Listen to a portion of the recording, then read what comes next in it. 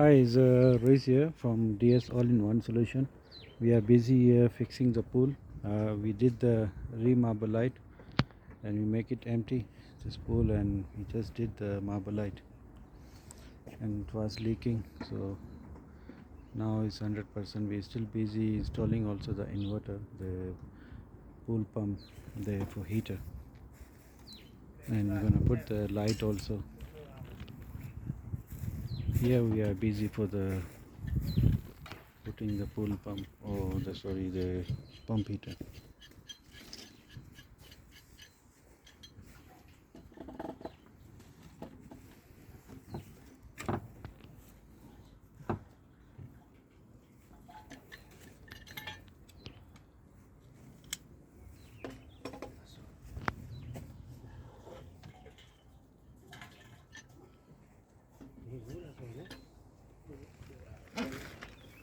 So we also changing the filter scent, and also I just want to tell you, if it's the plastic pipe is not coming out, you just put the glue, PVC high pressure glue, put it around and put the fire, and then it's gonna be come out.